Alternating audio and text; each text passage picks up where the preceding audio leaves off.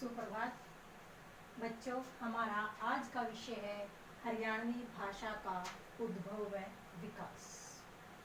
हरियाणवी भाषा के उद्भव व विकास से पूर्व हमें भाषा के बारे में जान लेना जरूरी। भाषा क्या है? जैसे कामता प्रसाद गुरु ने बताया है कि भाषा वह साधन है जिसके द्वारा हम अपने विचारों को दूसरों के सामने प्रकट कर सकते हैं और दूसरे के विचारों को स्वयं ग्रहण कर सकते हैं। भाषा कहलाता है। भाषा मानवीय भाव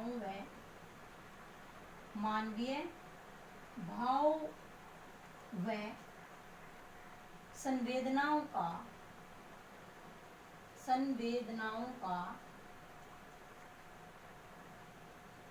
वह माध्यम है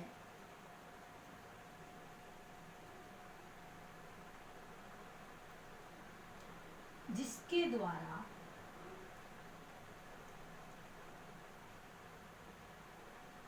हम दूसरों के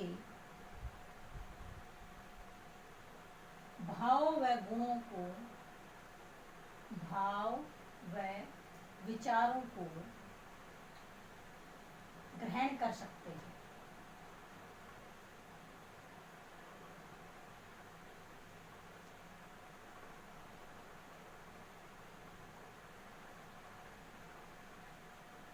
भाषा ही सृष्टि का आधार है। भाषा के द्वारा ही हम दूसरों के विचारों को जान सकते हैं और अपने विचारों को दूसरों के सामने व्यक्त कर सकते हैं। ये तो रही भाषा की बात। और हमारा विषय है हरियाणवी भाषा का उद्भव व विकास। अब हरियाणवी शब्द के बारे में जानते हैं। हरियाणवी शब्द दो शब्दों के मेल से बना है। हरियाणा प्लस धन वी। हरियाणा में वी प्रत्यय जुड़ने से हरियाणवी शब्द की उत्पत्ति हुई। हरियाणवी शब्द को दो अर्थों में प्रयुक्त किया जाता है। एक तो हरियाणा वासियों के लिए और दूसरा हरियाणवी भाषा के लिए। हरियाणा वासी यानी हरियाणा में रहने वाले लोगों को हरियाणवी कहा जाता है तथा हरियाणा में बोली जाने वाली भाषा को हरियाणवी भाषा कहा जाता है। जैसे पंजाब के वासियों को पंजाबी कहते हैं तथा उनकी भाषा को पंजाबी कहा जाता है। वैसे ही हरियाणवी शब्द का प्रयोग भी दो अर्थों में प्रयुक्त होता है। अब हम भाषा के विकास क्रम के बारे में अध्ययन करते हैं। संस्कृत हमारी सभी भाषाओं की जननी है। इसकी उत्पत्ति जब हम भाषा के विकास क्रम के बारे में पढ़ते हैं, सबसे पहले थी वैदिक संस्कृत, फिर लौकिक संस्कृत,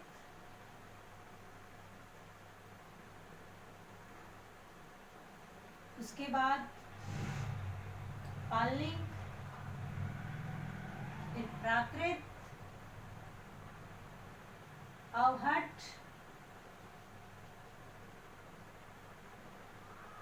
प्राचीन हिंदी,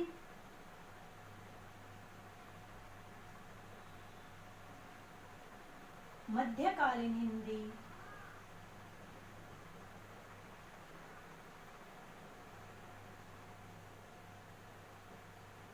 आधुनिक हिंदी।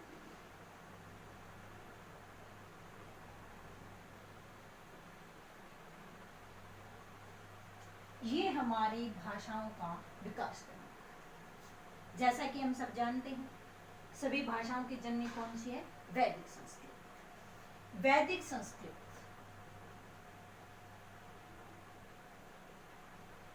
जिसमें हमारे चारों वेदों की रचना की गई। अर्थवेद, सामवेद, यजुर्वेद और ऋग्वेद। ये चारों वेद किस भाषा में लिखे गए हैं? वैदिक। इसका समय रहा है 1500 ईस्वी पूर्व से 1000 ईस्वी पूर्व तक, यानी 1500 ईस्वी पूर्व से 1000 ईस्वी पूर्व तक वैदिक संस्कृत का प्रचलन। फिर आता है लौकिक संस्कृत। लौकिक संस्कृत जिसका समय रहा है 1000 ईस्वी पूर्व से 500 ईस्वी पूर्व तक। लौकिक संस्कृत कौन सी थी? जन सामान्य द्वारा, जन साधारण द्वारा बोली जाने वाली संस्कृत भाषा को लौकिक संस्कृत के नाम से जाना गया। उसके बाद आता है पाली। लौकिक संस्कृत के बाद भाषा का जो रूप बिगड़ता गया और जिस रूप का स्वरूप जिस भाषा ने धारण कर लिया वह कौन सी भाषा कहलाई? पाली भाषा, जिसकी समय सीमा है 500 ईस्वी पूर्व से प्रथम ईस्वी तक पाली भाषा का प्रचलन रहा। भगवान बुद्ध के, महावीर भगवान गौतम बुद्ध के जो उपदेश हैं वो सभी पाली भाषा में लिखा गया है। गौतम बुद्ध के उपदेश त्रिपिटक ग्रंथ में संकलित है और वह त्रिपिटक ग्रंथ पाली भाषा में लिखा गया है। पाली के बाद भाषा आई प्राकृत,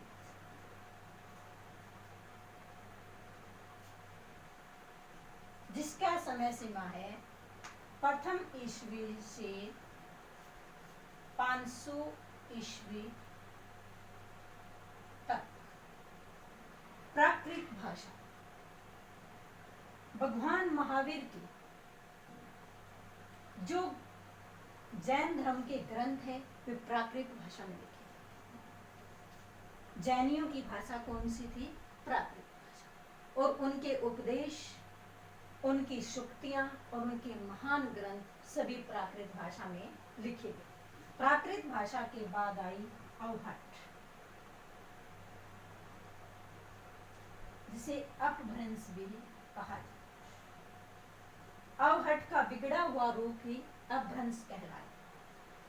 अवहट के समय है 500 ईस्वी से 900 ईस्वी तक। यह संस्कृत जो सभी भाषाओं की जननी है उसका बिगड़ा हुआ रूप था। 500 ईस्वी से 900 ईस्वी तक अवहट रही और 900 ईस्वी से 1100 ईस्वी तक अपभ्रंश भाषा का प्रभाव रहा, प्रचलन। अब यह प्राचीन हिंदी के रूप में आई। इसके बाद आई प्राचीन हिंदी।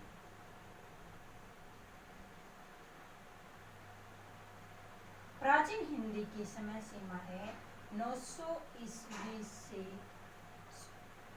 1100 ईस्वी से 1400 ईस्वी तक।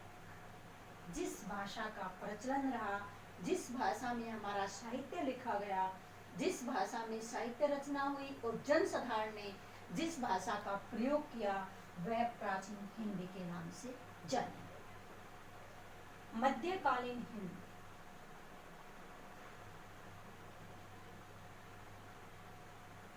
मध्यकालीन हिंदी की समय सीमा है 1400 ईस्वी से 1850 ईस्वी तक। 1400 ईस्वी से 1850 ईस्वी तक मध्यकालीन हिंदी का वर्चस्व। साहित्यिक रचनाएं इसी हिंदी भाषा में लिखी गई और उसके बाद आई हमारी आधुनिक हिंदी जो आज हमारे साहित्य की भाषा है। आधुनिक हिंदी का समय है 1850 ईस्वी से अब तक। इस आधुनिक हिंदी को खड़ी बोली का स्वरूप ग्रहण कराने में हमारे महान साहित्यकारों का योगदान रहा है। भारतेंदु बाबू हरिश्चंद्र को खड़ी बोली के प्रवर्तक के रूप में जाना जाता है और उनके द्वारा जो हिंदी भाषा को खड़ी बोली का रूप धारण करने का जो बीड़ा उठाया गया, जो संघर्ष आरंभ किया गया, उसको पूरा किया महावीर प्रसाद द्विवेदी। महावीर प्रसाद द्विवेदी ने अपनी पत्रिका सरस्वती के माध्यम से हिंदी भाषा के मानक रूप को स्वरूप ग्रहण करने में अपना महत्वपूर्ण योगदान दिया। अब हम बात करते हैं हरियाणवी भाषा की। ये हमारी भाषा की विकास यात्रा थी, विकास क्रम था। हरियाणवी जो है आधुनिक हिंदी की बोलियों में से एक है। ये तो थी भाषाएं, और फिर भाषा के बाद बनती है उपभाषा। उपभाषा क्या होती है? जब किसी भाषा में, जब किसी क्षेत्र विशेष की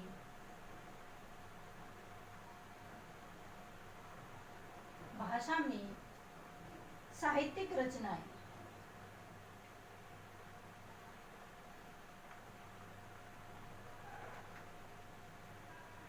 लिखी जाने लगी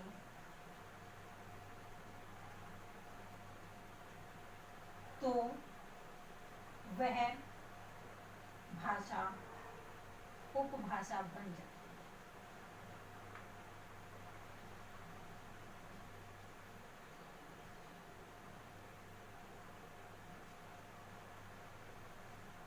वह भाषा उपभाषा बन जाती है।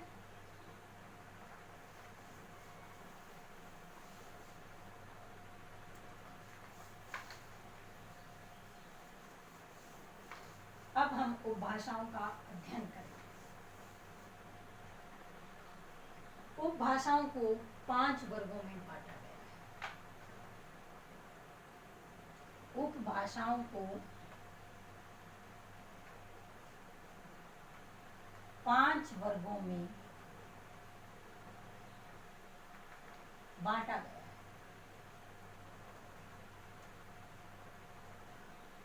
और इन 5 वर्गों के अंतर्गत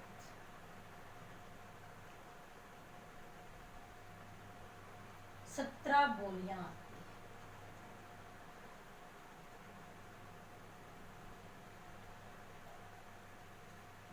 जो 5 उपभाषाएं हैं, सबसे पहले पश्चिमी हिंदी।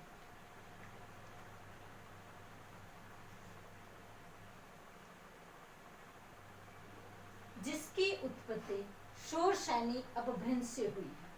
अपभ्रंश से, जैसे हमने अपभ्रंश का समय पढ़ा था 900 से 11 ईस्वी तक। इसकी एक उपभाषा है पश्चिमी हिंदी, और पश्चिमी हिंदी की आगे चलकर 5 बोलियां आती हैं। कौन कौन सी हैं? हरियाणवी, ब्रजभाषा,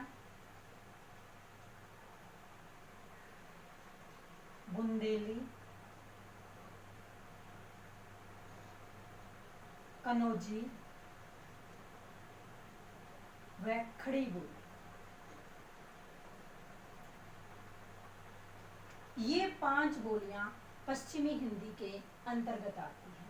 हरियाणवी बोली को कोरवी बोली के नाम से भी जाना जाता है। हरियाणवी बोली को पश्चिमी हिंदी के अंतर्गत आती है 5 बोलियां। उसके बाद आती है पूर्वी हिंदी, जिसकी 3 बोलियां हैं। अवधी, नंबर 2 बघेली, और नंबर 3 छत्तीसगढ़ी। ये 3 बोलियां पूर्वी हिंदी के अंतर्गत आती है। उसके बाद आती है राजस्थानी हिंदी।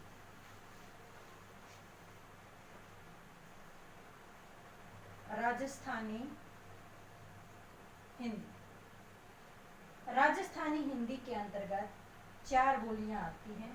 मारवाड़ी, मेवाती,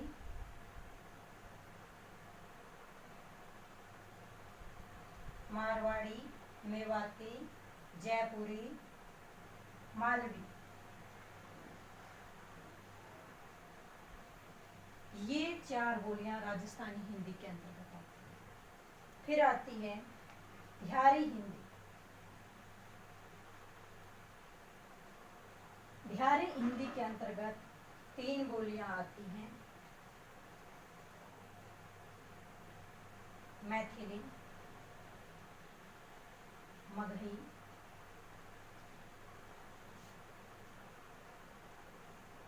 मघेली,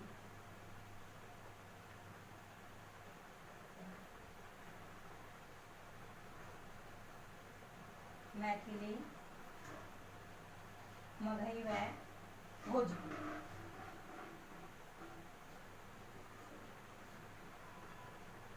बिहारी हिंदी के अंतर्गत 3 बोलियां आती हैं, मैथिली, मगही और भोजपुरी। मैथिली हिंदी विद्यापति के बारे में आपने पढ़ा है, उसकी साहित्यिक रचनाएं पढ़ी है, और जो मैथिली भाषा बोली में लिखी गई है और उसे मैथिल कोकिल की उपाधि से सम्मानित किया गया है। उसके बाद आती है पहाड़ी हिंदी।